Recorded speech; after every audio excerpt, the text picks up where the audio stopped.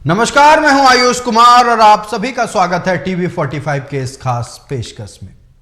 लोकसभा चुनाव में अब कुछ ही महीने बचे हैं। ऐसे में बीजेपी पूरी तरह से एक्शन मोड में नजर आ रही है। एक तरफ बिहार में जहां यादव वोट बैंक पर निशाना साधा जा रहा है, वहीं 5 राज्यों में विधानसभा रहने के बावजूद झारखंड के स्थापना दिवस पर भगवान बिरसा मुंडा के जयंती पर पीएम मोदी रांची आ रहे हैं और साथ ही इस दौरान उलिहातू भी जाएंगे। आदिवासी वोटरों पर क्या पीएम मोदी की नजर है?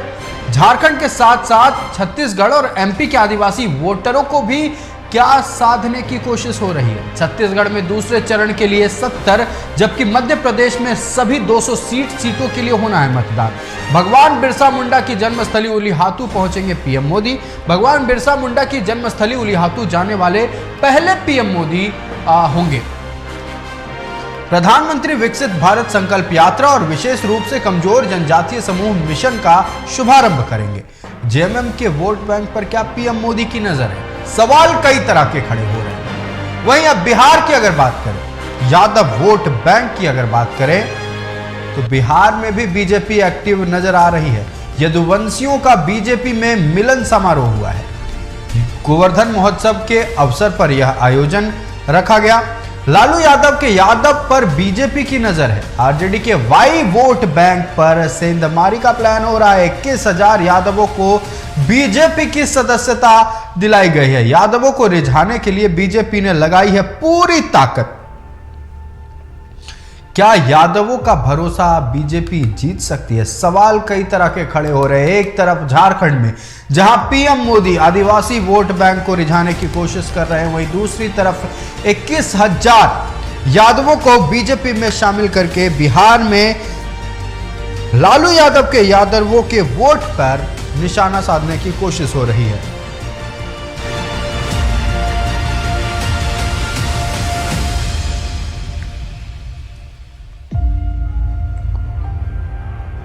और इसी पर चर्चा करने के लिए हमारे साथ हमारे सहयोगी राजीव पटना से जुड़ चुके हैं और धनंजय रांची से। हम सबसे पहले जाना चाहेंगे अपने सहयोगी धनंजय के पास। धनंजय, 5 राज्यों में विधानसभा चुनाव चल रहे हैं। ऐसे में छत्तीसगढ़ हो, राजस्थान हो या मध्य प्रदेश हो, इन 3 राज्यों में आदिवासी जनसंख्या है। ऐसे में पीएम मोदी का झारखंड आना, झारखंड स्थापना दिवस पर भगवान बिरसा मुंडा की जयंती पर, क्या आदिवासी वोट बैंक को साधने की कोशिश हो रही है?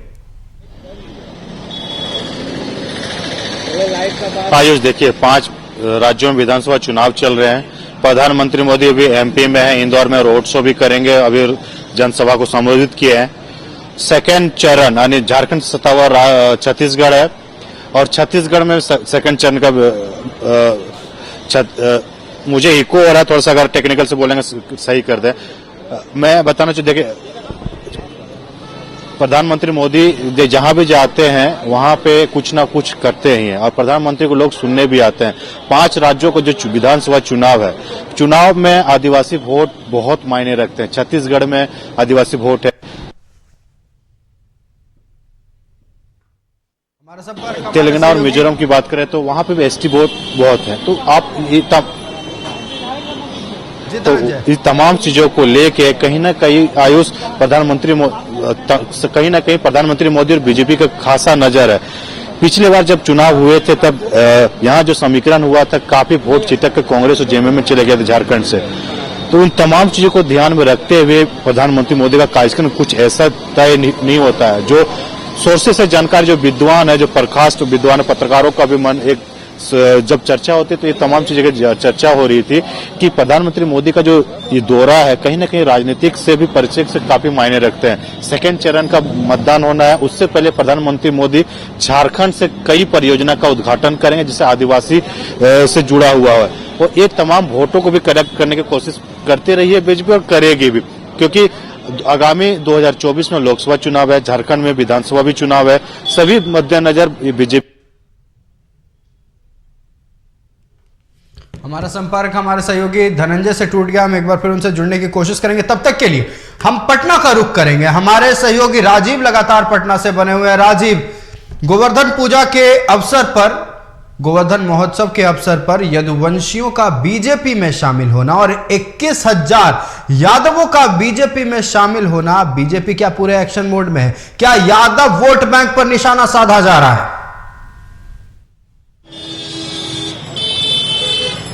देखिए आयुष, आज एक यदुवंशी समाज की कहे तो बहुत बड़ी आपको एक मिलन समारोह कहा जाएगा। मिलन समारोह बापू सभागार, पटना के बापू सभागार में बीजेपी के द्वारा आयोजन किया गया और जो बीजेपी में यादव समाज के जो नेता हैं वो भी मौजूद थे। सबसे बड़े नेता अगर मान के अभी नित्यानंद राय हों, जो केंद्रीय गृह राज्य मंत्री हैं, नवल किशोर यादव हों और तमाम भी और बहुत सारे इसमें यादव एक तरीके से बीजेपी के विधायक और तमाम सभी मौजूद थे। लेकिन यही एक बात सवाल होता है कि जिस तरीके से जातीय जनगणना का रिपोर्ट आता है उस रिपोर्ट में यादवों की संख्या 17% से ज्यादा है। राजीव, आप हमारे साथ बने रहिए। नेता प्रतिपक्ष अमर बाउरी जनजातीय समाज को इतना बड़ा सम्मान देने के लिए देश का कोई प्रधानमंत्री आ रहे हैं तो भाई पूजा का त्योहार है, दिवाली है, छठ है, बीच में स्थापना दिवस का उमंग उल्लास है।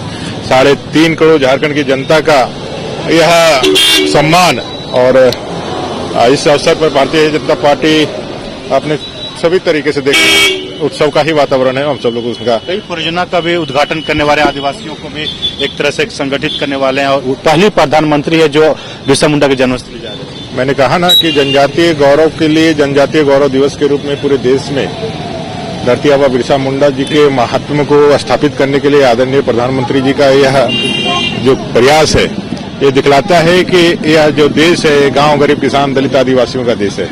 नहीं तो पहले एक परिवार के लोगों को ही प्रतिष्ठित करने का काम लोग करते थे। आप जनजातीय समाज के इतने बड़े माटीयर, इतने बड़े हीरो, उनको आज देश दुनिया में स्थापित करना और उनके जन्म जयंती के अवसर पर देश में विकसित भारत संकल्प यात्रा का शुभारंभ करना और ये दिखाते हुए संदेश साफ है कि जनजाति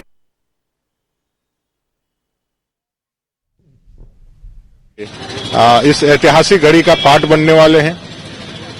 माननीय प्रधानमंत्री जी उनके जन्मस्थल को भी जाने वाले हैं और जो उन्होंने अंतिम सांसें ली थी उस काल कोठरी में भी नमन करने के लिए जाने वाले। तो ये अद्भुत है।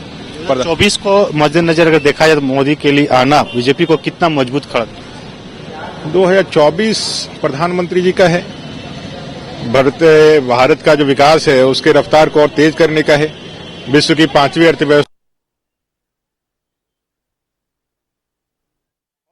प्रधानमंत्री जी के साथ आगे बढ़ चुका है। इसलिए 2024 में जो रिन्यूअल कराना है वो रिन्यूअल के लिए निश्चित रूप से जनता के पास हम सब लोग जाएंगे।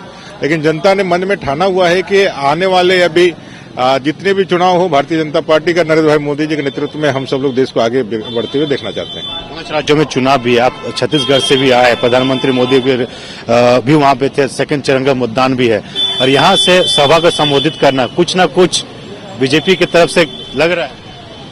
चुनाव 5 राज्यों में है। झारखंड में जनजातीय गौरव दिवस के रूप में आ रहे हैं। लेकिन मैं इतना जरूर कहूंगा विश्व के सबसे लोकप्रिय नेता है आदरणीय प्रधानमंत्री जी। उनका अभाव ऐसा है कि जहां भी रहते हैं तो चारों तरफ उनको दिखता है। तो निश्चित रूप से वो जब खड़ा होकर यहाँ से बोलेंगे तो सारे भारतवासियों को प्रेरित करने वाले काम होता है, उनका वक्तव्य होता है। तो यह संदेश तो ही है। 5 के 5 राज्य भी जीतेंगे, 24 के लोकसभा को भी जीतेंगे और 24 में विधानसभा में भी पूर्ण बहुमत की सरकार भारतीय जनता के पार्टी के नेतृत्व में जनता की सरकार बनेगी। एमपी में प्रधानमंत्री मोदी ने कहा कि मैं झारखंड जा रहा हूं, वहां के मंच से मैं आदिवासियों को एक बहुत ही बड़ा तोहफा देने वाला हूं। क्या है, कितना फायदा होगा आदिवासी समाज को उत्थान? जनजातीय समाज को केंद्र बिंदु बना करके योजनाएं बनाना और फिर उनको उत्थान के लिए कार्य करना। आज मैंने कहा ना, जिस जनजातीय समाज को पहले जो भी राजनेता होते थे वो सिर्फ कहते थे कि इनका उत्थान करना है, जो वक्तव्यों में करते थे उनको व्यवहारिक रूप में प्रधानमंत्री जी कर रहे हैं। आज देश की प्रथम महिला नागरिक है वो हमारे आदरणीय द्रौपदी मुर्मू जी है, महामहिम राष्ट्रपति के रूप में। विश्व के सबसे बड़े लोकतंत्र की आज प्रथम नागरिक एक जनजातीय महिला है। जनजातीय गौरव दिवस के अवसर पर प्रधानमंत्री जी आ रहे हैं और कई एक योजनाएं उनके ऑलरेडी चल रही है, कई योजनाएं कल लॉन्च होने वाली है। कुछ तो आज अखबारों में आप लोगों ने लिखा है, बाकी प्रधानमंत्री जब अपने खुद से यहाँ से मुख से जब बोलेंगे, यहाँ से जब कहेंगे तो निश्चित रूप से जनजातियों के जीवन में, यहाँ के झारखंडियों के जीवन में और सभी देश में रहने वाले लोगों के जीवन में वह एक नए अरुणोदय का काल होगा। और धरती आबा जहाँ से स्वर्ग लोक से वो जरूर हम सबको आशीष देंगे। और मुझे लगता है लगभग उनके गए 100 साल से ज्यादा हो गए, 123 साल के करीब 1990 में उनका बलिदान हुआ था। तो वहां से लेकर के 2023 में पहली बार वो जो सपनों का झारखंड या सपनों का देश जिसके लिए उन्होंने अपने प्राणों का उत्सर्ग किया है, तो निश्चित रूप से उनके भी आत्मा जो है वो आशीर्वाद देगी समस्त देशवासियों। लास्ट सवाल एक है, 2019 में जो आदिवासी वोट छिटक कर जेएमएम कांग्रेस की ओर चला गया था, प्रधानमंत्री मोदी का आगमन, उलिहातू जाना, बिरसा मुंडा जमीन पे पहुंचना, कितना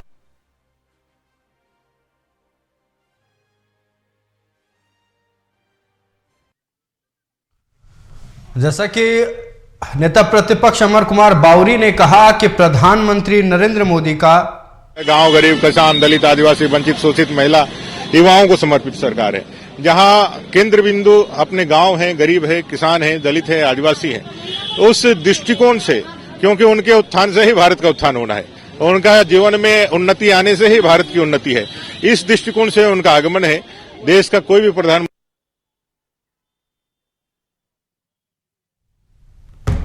पार्टी के प्रधानमंत्री ही हैं जो सभी तरीके से अंतिम पायदान पर बैठे हुए व्यक्ति के उत्थान के कार्यक्रम बना रहे हैं और फिर वो कार्यक्रमों का क्रियान्वयन भी अपने उद्यम के माध्यम से कर रहे हैं। तो इसको राजनीतिक चश्मे से ना देखते हुए एक गौरव का विषय है। हम इस जाने इंडिजिनस जितने भी लोग हैं पूरे विश्व के अंदर, उन इंडिजिनस लोगों को एक सम्मान कि भाई ये हमारे जो प्रतीक हैं, हमारे प्रतीक हैं बाबा के रूप में उसको स्थापित करना, जिससे हम सब लोग कनेक्ट होते हैं।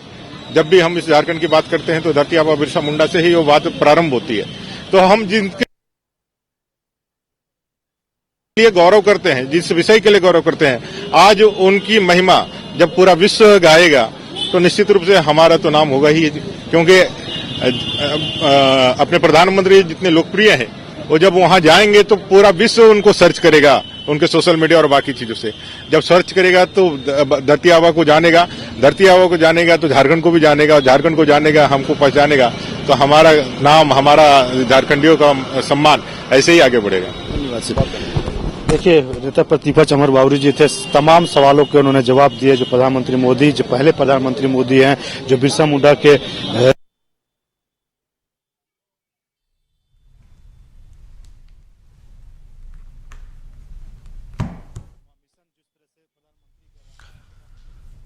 हमारे सहयोगी धनंजय अमर कुमार बावरी से बात कर रहे थे। उन्होंने प्रधानमंत्री मोदी के आगमन को बहुत खास बताया। हालांकि हम रुक करेंगे हमारे सहयोगी राजीव का, जो पटना से हमारे साथ बने हुए हैं। राजीव, हम चर्चा कर रहे थे यादव वोट बैंक पर। 21,000 यादवों ने आज बीजेपी का दामन थामा, और कहीं ना कहीं ये क्या आरजेडी के लिए एक बड़ा लॉस है? देखिए आयुष, पूरी राजनीति समझनी होगी, क्योंकि यादव की जो अगर राजनीति कोई करता है तो लालू प्रसाद यादव का नाम आता है। लालू प्रसाद यादव जब से वो राजनीति में जब से मुख्यमंत्री और चाहे उनकी पार्टी सक्रिय हुई थी, जब राष्ट्रीय जनता दल बनी थी, तो उसके बाद से यादव MY समीकरण, जिससे वो MY समीकरण को रिप्रेजेंट करते थे, मुसलमान मतलब और यादव, वही वोट बैंक उनका कोर वोट बैंक आज भी है और पहले भी था। तो उसकी राजनीति अगर किसी यादवों को जगाने की और उनके समाज को लेकर बात करने वाला कोई, तो यादव समाज में तो लालू प्रसाद यादव का नाम लिया जाता है और आगे भी लिया जाता है। लेकिन देखिए, बीजेपी देख रही है कि 2024 चुनाव को लेकर जिस तरीके से जो जातीय गणना का रिपोर्ट आया, उसके बाद नीतीश कुमार ने एक तरीके से जो आरक्षण का दायरा 75% बढ़ा दिया, उसको लेकर जो फायदा, जैसे मास्टर स्ट्रोक हमने पहले भी कहा था कि नीतीश कुमार ने विधानसभा में एक तरीके से जब कैबिनेट से मंजूरी मिली, उसको दोनों सदनों से पास करा लिया गया। अब वो राज्यपाल के पास जाएगा और वो एक कानून बन जाएगा। मतलब ये साफ है कि जिससे जो ये सरकार है, महागठबंधन की सरकार चल रही है, उसको वोट बैंक की पूरी तरीके से पता है कि यादवों की कितनी जनसंख्या है, मुसलमानों की कितनी जनसंख्या है, और एक वोट बैंक को कैसे पहुंचाना है फायदा, चाहे उस वोट बैंक की 2024 में कैसी राजनीति करनी है। इससे लालू प्रसाद यादव ये दो MY को अच्छी तरीके से पहचानते हैं और वो हमेशा उसकी राजनीति करें। बीजेपी आज जिस तरीके से बापू सभागार में आज एक बड़ा मिलन समारोह का आयोजन किया, कहा जा रहा है कि लगभग 22,000 से ज्यादा लोग यादव के जो यदुवंशी समाज के लोग हैं वो जुटे हुए। हमने दिखाई भी कि अलग अलग रूप में कोई कृष्ण बना हुआ है, कोई राधा बना हुआ है, कोई हनुमान बन के आया है, कोई अलग अलग तरीके से अपने आप को पहुंचा है। और जहां मंच पे जहां जितने भी यादव जो समाज के लोग हैं, जो बीजेपी में यादव समाज के जो नेता हैं वो मौजूद थे, नंद किशोर यादव हो, जो वरिष्ठ नेता हैं बीजेपी के, नित्यानंद राय हो, या जो तमाम जो बड़े नेता आपको जो यादव समाज के हैं, नवल किशोर यादव हो, एक मुखर प्रवक्ता कहे जाते हैं, उस तरीके के नेता हैं। तो जो जोड़ने के रामकृपाल यादव हो, सभी ने अपने अपने तरीके से पूरे बिहार से यादवों को यहाँ बुलाया, मिलन समारोह किया गया 21,000 से ज्यादा। तो यादव वोट बैंक पे नजर है बीजेपी को, उसको लेकर अब राजनीति शुरू हो गई है, क्योंकि उनकी संख्या बल की जो वृद्धि जिससे जनसंख्या रिपोर्ट में दिखाएगी, तो वो एक तरीके से बीजेपी भी अब समझ गई है कि राजनीति करना है तो सब समाज को लेकर जैसे बात करती है बीजेपी के, हम सब समाज को, सब धर्म को मानने वाले हैं और हम सब एक राष्ट्र को बनाने के लिए। लेकिन देखिए अगर बिहार में कुछ भी है तो बिना जात वोट बैंक के समीकरण के वो कुछ नहीं होता। ये सभी को पता है कि सभी वोट बैंक पे तय होता है कि किसकी कहाँ वोट बैंक होती है, यादव की कहाँ, राजपूत की कहाँ, और सभी वोट बैंक को साधने की कोशिश होती है। और यहाँ राजनीति अगर यूपी बिहार को मान के चले तो यहाँ होती ही राजनीति है कि जात पे होती है कि जात की समीकरण कितना है, किसके पास है।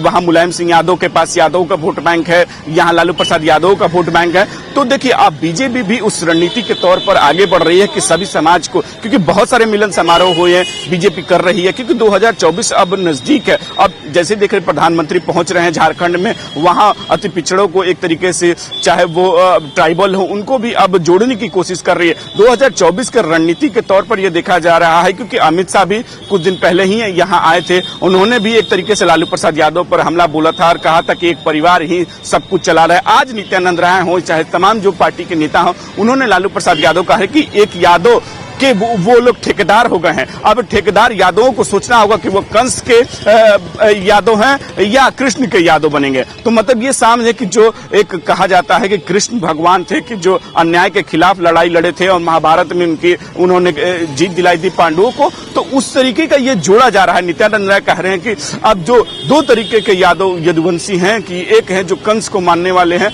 और एक है जो कृष्ण के वंशज है। तो हम लोग कृष्ण के वंशज हैं, कृष्ण के वंशज के साथ हम लोग यदुवंशी इतने समाज के लोग जोड़ रहे हैं और सब समाज आ रहे हैं। उन्होंने जितने भी जो बीजेपी के नेता हैं, नित्यानंद राय ने, सब ने लालू प्रसाद यादव की उस बात की कि जो ये लोग ठेकेदार बन गए हैं और केवल ठेकेदारी इसलिए कि ये लोग केवल अपने परिवार को मानते हैं।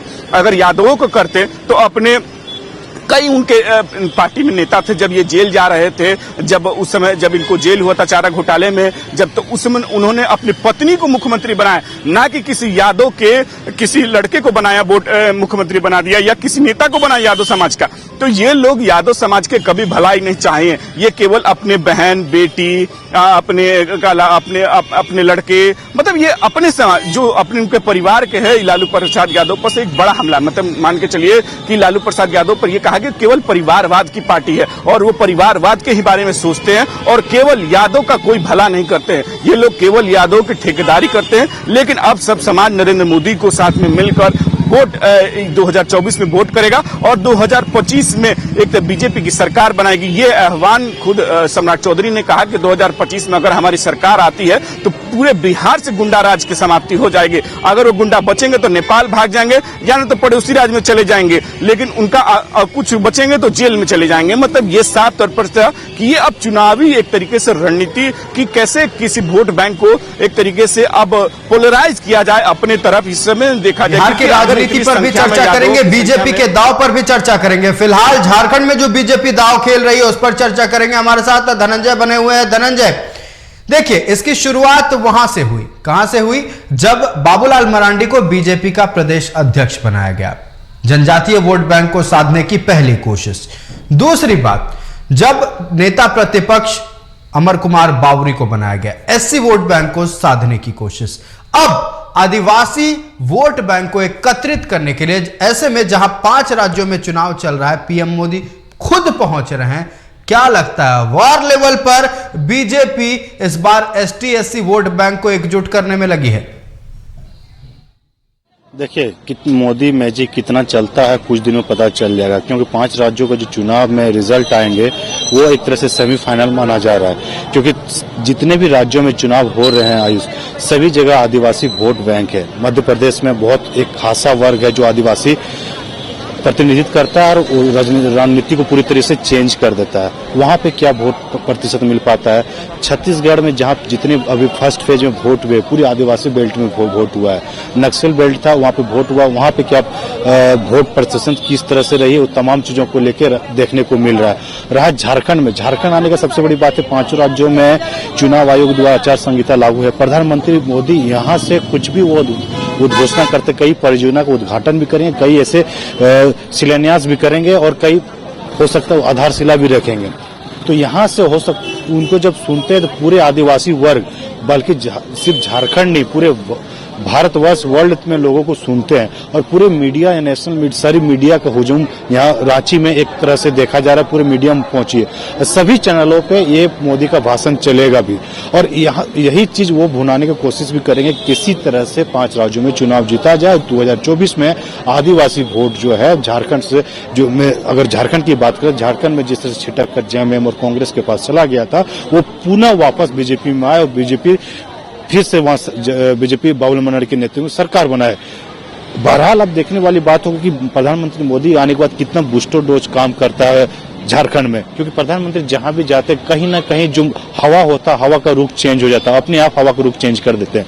कार्यकर्ता में काफी जोश है, लोग हर जगह पे करीबन 10 ऐसे स्टेज बनाए गए हैं। हम अब झारखंड की बात करें, मोदी के आने के लिए एयरपोर्ट से लेके राजभवन तक 10 ऐसे स्टेज बनाया गया। 5 कार्यक्रम है, 10 स्टेज तो बना के जहां पे बीजेपी के कार्यकर्ताओं के द्वारा प्रधानमंत्री का अभिवादन।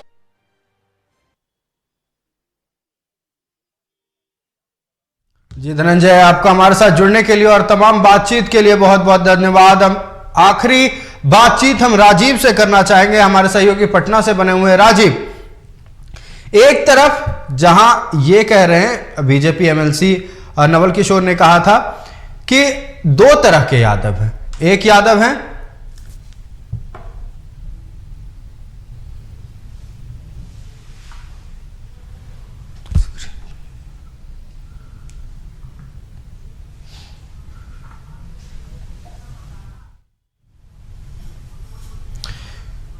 एक तरफ नवल किशोर यादव कह रहे हैं कि 2 तरह के यादव हैं। एक यादव है जो कि यादव समाज के लोग हैं, एक यादव हैं जो कि गुजरात के पुत्र के समर्थक है। गुजरात के पुत्र से क्या मतलब था? क्या वो द्वारकाधीश का नाम ले रहे थे या फिर एक तीर से 2 निशाना साधा जा रहा था? पीएम मोदी का भी नाम लिया जा रहा था क्या उसमें? राजीव, देखिए वो एक प्रखर वक्ता है, उन्होंने साफ तौर पर कहा कि 2 तरीके के यादव, एक है कि जो कंस के वंशज हैं और एक है जो कृष्ण के वंशज है। कंस के वंशज से ये साफ हो गया कि जो लोग अन्याय करते हैं, जो तरीके अन्याय का साथ देते हैं, अन्याय के तरीके से वो लालू प्रसाद यादव पर ही एक तरीके से हमला हो कि जिस तरीके से चारा घोटाले मामला हो या ऐसे उन्होंने जिस तरीके से शासन चला हो, उनमें कई प्रशासन में घटनाएं घटी जिससे लॉ एंड ऑर्डर का मुद्दा रहा हो, उस समय बहुत सारे उन्होंने एक तरीके से लालू परिवार पर बड़ा हमला बोला। तो ये साफ कहा कि 2 अब हमारे साथ जो आए हैं वो कृष्ण के वंशज हैं। कृष्ण का वंशज ये है कि ये लोग सब मतलब कि सबको समाज के लेके जोड़ने वाले। महाभारत की जिस तरीके से लड़ाई का व्याख्या करते हुए उन्होंने कहा कि कृष्ण भगवान ने उनका साथ दिया जो अन्याय के खिलाफ लड़ रहे थे। उन मतलब कि यह है कि वो उन्होंने पांडवों का साथ दिया, उन्होंने कौरवों का साथ नहीं दिया। मतलब उस तरीके के समझाने की कोशिश की। नित्यानंद राय ने यहाँ कहा कि अब यादवों को जगना होगा, यादवों को समझना होगा कि एक तरफ से जब बार बार वोट कर रहे थे, अब बीजेपी को जैसे नरेंद्र मोदी ने सब समाज को लेकर चला है, सबके लिए विकास किया है, सबकी विकास की योजनाएं चला है कि अब उनका साथ देना होगा। एक आदमी ठेकेदार नहीं हो सकता, यादव का ठेकेदार एक नहीं हो सकता है। जो भी यादव के नेता थे, नित्यानंद राय हो, नवल किशोर यादव हो, सभी ने एक तरीके से लालू प्रसाद यादव के पर हमला जोरदार बोला और कहा है कि अब जो हमारे साथ कृष्ण के वंशज हैं और कृष्ण के वंशज बिहार में मिलकर बीजेपी को 40 से 40 वोट दिलाएंगे लोकसभा में और 2025 में सरकार बनाएंगे। और सरकार बनाने के साथ वो अब जो यादों में भी अब समाज के लोग समझ रहे हैं कि कैसे हमारा विकास हो, कैसे हम आगे बढ़ेंगे, कैसे हमारी उस तरीके की समाज अब की सोच हो गई। अब ये सोच नहीं, लालू प्रसाद यादव वाली सोच नहीं है जो ये लोग एक लालू प्रसाद वाली जो पीछे वाली सोच है वो अब नहीं रही, भैंस पे चढ़ने की लाठी वाली वो अब सोच नहीं रही। अब विकास के कार्य यादव और यदुवंशी लोग समझते हैं और हमेशा सब समाज को लेकर जोड़ के चलने वाले लोग हैं। हम लोग कृष्ण के वंशज, हम लोग सबको धर्म के मानते हैं। जैसे सुदामा को हम अपनाते हैं, सुदामा को कृष्ण भगवान ने एक दोस्त के नाते अपनाया और इस तरीके के वो उदाहरण देकर बताया कि किस तरीके से समाज को एक साथ नरेंद्र मोदी जोड़ रहे हैं। नरेंद्र मोदी वो कार्य कर रहे हैं कि सबको जोड़कर विकास का कार्य सब समाज में कार्य कर रहे हैं, सबके लिए कार्य कर रहे हैं। तो उसी समय के 2024 में उनको यादव के साथ एक जुड़कर कि वोट बैंक पर जिस तरीके से अब देखा जा रहा है कि यादव समाज के जो लोग हैं वो हमारे साथ आए, नित्यानंद राय यादव समाज से हैं। तो बीजेपी ने एक बड़ा मिलन समारोह का आयोजन बाबू सभागार में किया और एक बात साफ तरीके की यादवों को लेकर वोट बैंक पर साधने की कोशिश की है। जी राजीव, आपका हमारे साथ जुड़ने के लिए और तमाम बातचीत के लिए बहुत बहुत धन्यवाद। वोट बैंक की राजनीति तेज हो गई है और एक्शन में बीजेपी है। एक तरफ बिहार में यदुवंशियों के वोट बैंक को साधने की कोशिश हो रही है, वहीं 5 राज्यों में विधानसभा चुनाव चल रही है। इस बीच पीएम मोदी का आदिवासी वोट बैंक को साधना, पीएम मोदी का उलिहातू जाना भगवान बिरसा मुंडा के जयंती पर और आदिवासी वोट बैंक को एकत्रित करना, कहीं ना कहीं एक साफ तौर पर कहा जा सकता है कि न सिर्फ 2024 बल्कि जो 5 राज्यों में विधानसभा चुनाव चल रही है इसके मद्देनजर भी बीजेपी पूरी तरह से एक्शन मोड में है। अब देखना यह है कि क्या यह राजनीति पीएम मोदी की या फिर बिहार बीजेपी की रंग लाती है। फिलहाल